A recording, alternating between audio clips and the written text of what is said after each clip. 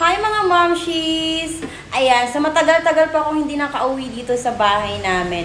And since nandito na rin naman ako, at nakita ko at nagamit ko ito kahapon, I will make a review po regarding dito sa Hug 3-in-1 breakfast maker. Sobrang tagal na to sa akin at matagal tong na-stock up kasi nandun to sa bahay nila mama. You know what guys? Akala ko hindi ito gumana eh. Akala ko dahil sa na-stock up na siya, hindi na siya gumana. Like, wala na, no power na.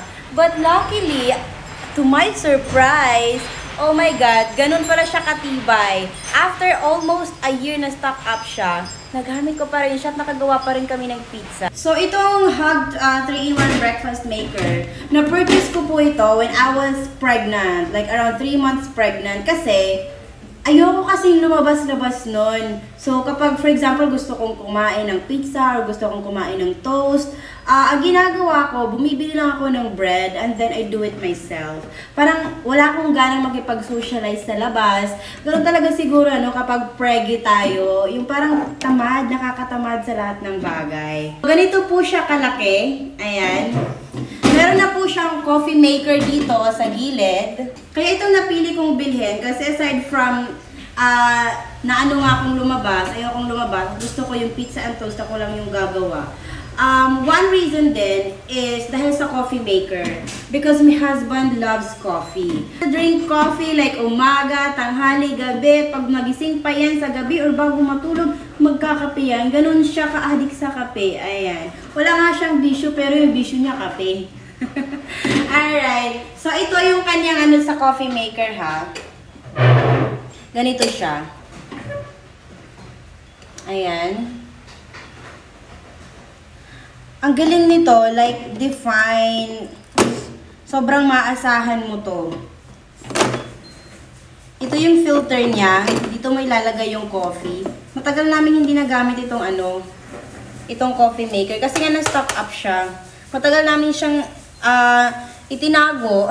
Kasi naglipat bahay kami. Before kami lumipat dito, nandun kami kila mama. Okay, so ganun lang.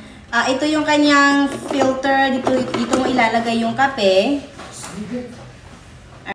Tapos, yung water niya is dito.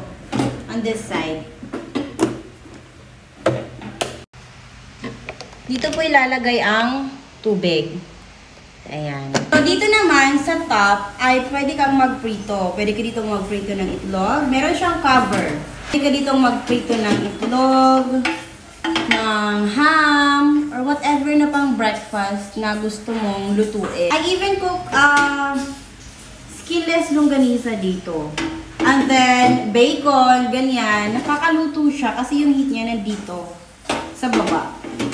So, parang ang daming purpose nito. 3-in-1 talaga siya. May coffee maker na, may toaster ka pa, at meron ka pang prituhan. Ayan, yung itlog, ganyan. Pwedeng-pwede yan dito. And this one, this side, ay ang kanyang kung saan pwede kang mag-toast ng bread. Meron siyang ganito, tapos meron pa siyang isa. Teka lang, I'll look for it.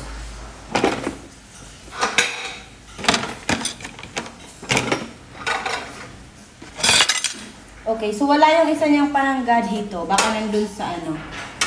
Nandun sa isang bahay.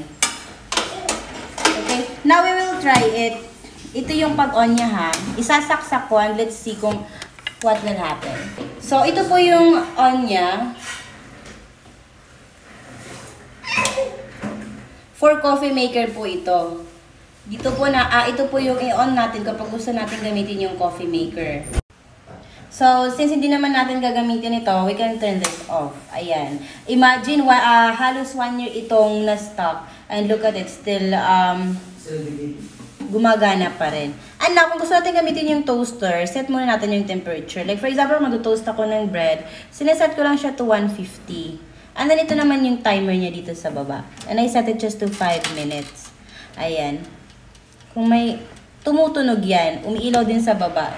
That's an indication na gumagana siya. And look at that. Umiilaw siya. And it's an indication din na gumagana nga siya.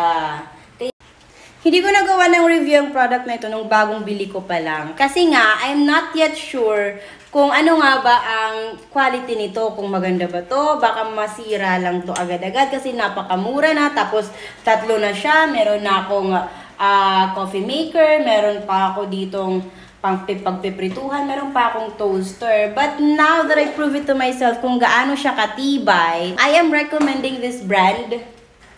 Pag na kayo maghanap ng ibang brand, HUG. Ayan. So, matatagpuan lamang ito sa ating yellow basket. Okay. Perfectly fine pa siya after almost a year ng pagkaka-stock up. Look at the light. It's an indication na maganda pa rin siyang uminit. Yung toast ko nga nung isang araw, na nasunog. Kasi hindi ko nabantayan. Ano pala, dapat hindi ko nilagpas sa 5. Nakakalimutan ko naman paano mag-toast ng ng tinapay. Kasi matagal na hindi namin ginagamit. Kasi madalas kami sa apartment. Wala kami dito sa bahay. So, yun lang, mga madlang people. I'm recommending this item, this 3-in-1 breakfast maker. So, that's all for now. Kasi yung baby ko na. Bye guys! Hanggang sa susunod na product review. Bye-bye!